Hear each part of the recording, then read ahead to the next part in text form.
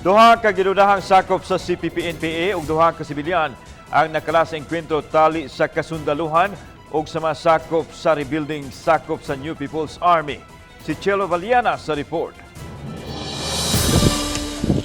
Nakadawat og taho ang mga sakop sa 803rd Infantry Brigade nga nagpatrolya kabahin sa presensya sa gituang mga sakop sa Front Committee 15 sa Sub-Regional Committee sa Eastern Visayas Regional Party Committee.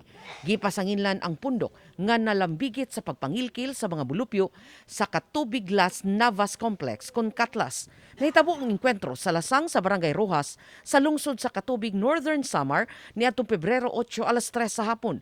Human sa 20 minutos, nabantayan sa militar nga may duha ka sibilyan nga samdan. Gideklarar nga namatay ang mga menor de edad nga si Andre Mercado, 12 anyos, ug Leandro Alvio, 13 anyos. Human mada sa tambalanan.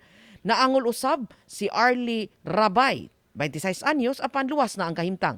Nagtuo usab ang kasundaluhan nga duha ka mga sakop sa CPP-NPA ang nakalas human nila maigo.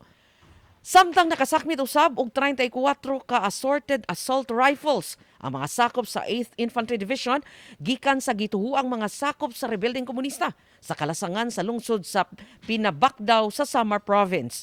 Nakaplagan sa kasundaluhan ang mga armas nga gisud sa usa ka plastic drum. Nagtuo si Captain Ryan Layog, tigpamaba sa 8th Infantry Division, nga sobra na kini sa mga armas sa CPP-NPA nga di na nila maato pagbitbit tungod kay nagkuwang naman sila og mga sakop. Samtang gipahibaw ni 8th Infantry Division Commander Major General Edgardo de Leon nga kinina ang labing daghang mga assault rifles ang ilang nasakmit gikan sa mga sakop sa rebelding pundok. Uban ni Rod Prado o Clans Gabutin, Chalo Valiana, Balitang Bistak.